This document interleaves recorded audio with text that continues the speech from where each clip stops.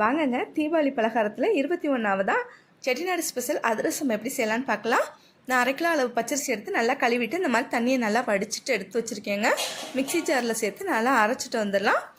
அரைச்ச மாவை ஒரு ஜல்லடையில் நல்லா சலிச்சு எடுத்துக்கலாம். கொஞ்சம் நைஸான ஜல்லடையில் வச்சு சலிச்சிங்கன்னா மாவு நல்லா நைஸாக இருக்குங்க. அதிரசம் நல்லா சாஃப்டாக வரும். இப்போ எல்லா மாவையும் சலித்து எடுத்தாச்சு. இதை இன்னொரு பாத்திரத்தில் மாற்றி அமுத்தி வச்சிடலாங்க. அப்போ தான் அந்த மாவோட ஈரத்தன்மை நம்ம அதிரசம் செய்கிற வரைக்கும் கரெக்டாக இருக்கும். இல்லைன்னா மாவு காஞ்சு போயிடும், சரியாக வராது. பாருங்கள், இந்த அளவுக்கு நைஸாக இருக்கணும் மாவு. நான் 1/2 கிலோ அரிசிக்கு 1/2 கிலோ அளவு வெல்லம் எடுத்துருக்கேங்க. 1/2 டம்ளர் அளவு தண்ணி எடுத்துக்கலாம். வெல்லத்தை நல்லா கரைச்சி விட்டுடலாம். இந்த மாதிரி வெல்லம் நல்லா கரைஞ்சி தண்ணி கொதித்து வந்ததுக்கப்புறம் இதை வேறு ஒரு அகலமான பாத்திரத்தில் வடிகட்டி எடுத்துக்கலாங்க. டஸ்ட்டெல்லாம் இருக்கும், சரி எடுத்துக்கலாம் வடிகட்டி. இந்த மாதிரி அகலமான பாத்திரத்தில் எடுத்திங்கன்னா தான் நமக்கு மாவு போட்டு கிளறதுக்கு கரெக்டாக இருக்கும். பாகுப்பதம் செக் பண்ணிடலாம். இந்த மாதிரி ஒரு பிளேட்டில் தண்ணி சேர்த்துக்கோங்க. கொஞ்சமாக பாகு எடுத்து போட்டிங்கன்னா இந்த மாதிரி உருட்டி எடுக்க வரணும். இந்த பாகுப்பதத்தில் எடுத்திங்கன்னா அதிரசம் கரெக்டாக இருக்கும். இப்போ அடுப்பை அணைச்சிடலாம். 4 ஏலக்காய் தட்டி போட்டிருக்கேன். நீங்கள் ஏலக்காய் தூள் இருந்தால் கூட சேர்த்துக்கோங்க. நல்லா கலந்து விட்டுடலாம்.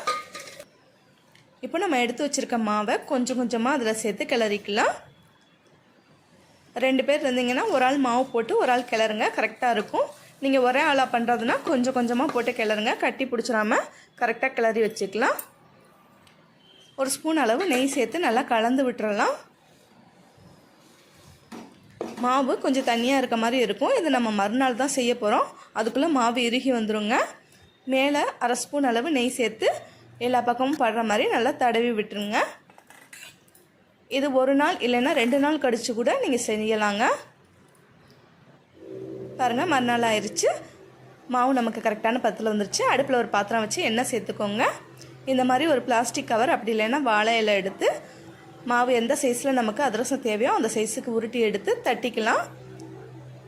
எண்ணெயை மிதமான சூட்டில் வச்சுக்கோங்க. நல்லா காய வச்சுட்டு அதுக்கப்புறம் மிதமான சூட்டில் வச்சுட்டு நம்ம ஒவ்வொரு அதிரசமாக போட்டு எடுத்துடலாம். 2 பக்கம் பெரட்டி விட்டு எடுத்துருங்க. நல்லா வெந்து இந்த அளவுக்கு வரணும். இப்போ இன்னொரு கரண்டி வச்சு லேசாக அந்த எண்ணெயை வடிச்சிட்டு நம்ம வேற ஒரு பாத்திரத்தில் எடுத்து வச்சிடலாம். அவ்வளோதாங்க, நமக்கு சூப்பரான அதிரசம் ரெடி ஆயிடுச்சு. என்னோட சேனல் உங்களுக்கு பிடிச்சிருந்துச்சுன்னா லைக் பண்ணுங்கள், ஷேர் பண்ணுங்கள், மறக்காமல் சப்ஸ்கிரைப் பண்ணி வச்சுக்கோங்க. தேங்க்யூ.